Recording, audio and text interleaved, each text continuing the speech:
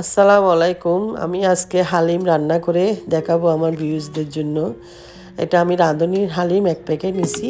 আর এখানে আন্দাজ মতো গরু মাংস নিলাম হাড্ডিসহ। হাড্ডিসহ গরু মাংসটা নিবেন, ভালো হয় হালিম।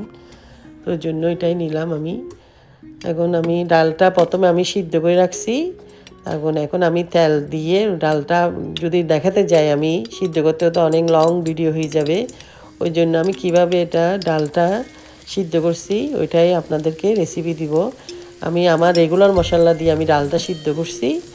তারপর গরু মাংসটা আমার মশলা দিয়ে আমি সিদ্ধ করে রাখছি। এখানে আমি পেঁয়াজ বেরেস্তার জন্য 1 কাপের মতো তেল দিলাম।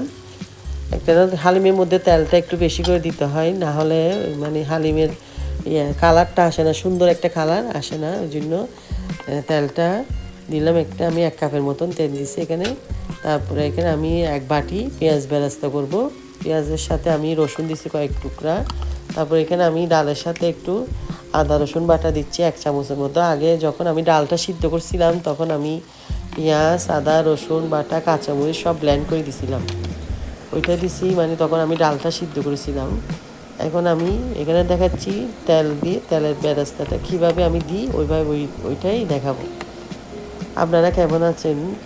আমাকে এই পর্যন্ত আপনারা অনেক সাপোর্ট করে যাচ্ছেন। আমাকে এভাবে সাপোর্ট করবেন। আমার রেসিপিগুলো যদি ভালো লাগে, এখানে আমি 1 চামচ জিরা দিলাম, শুকনো জিরা। এটা দিলে ফ্লেভারটা ভালো আসে। আমাকে লাইক দিবেন, শেয়ার দিবেন। তারপর ইউটিউবে গিয়ে আমার একটা ইউটিউবের চ্যানেল আছে, এখানে গিয়ে সাবস্ক্রাইব করবেন প্লিজ।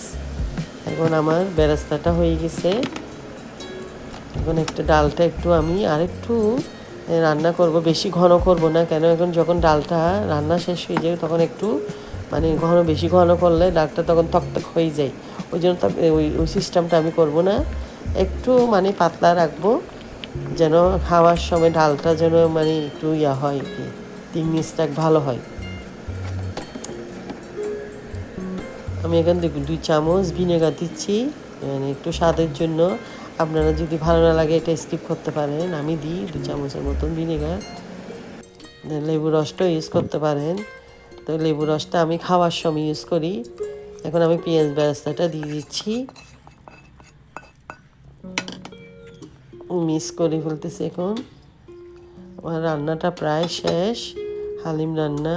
আমি এখন আমার বানানো গরম মশলা দিচ্ছি 1 চামচের মতন। এখন আদা কুচি দিচ্ছি,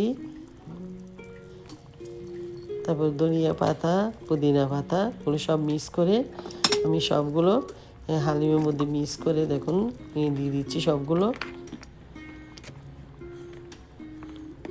আমার রান্নাটা প্রায় শেষ হয়ে গেল। আমার এই রেসিপিটি ভালো লাগলে আমাকে সাপোর্ট করবেন। ইনশাল্লাহ আবার আরেকটা রেসিপি নিয়ে আপনাদের মাঝে। আল্লাহ হাফেজ। ইনশাল্লাহ আবার কথা হবে।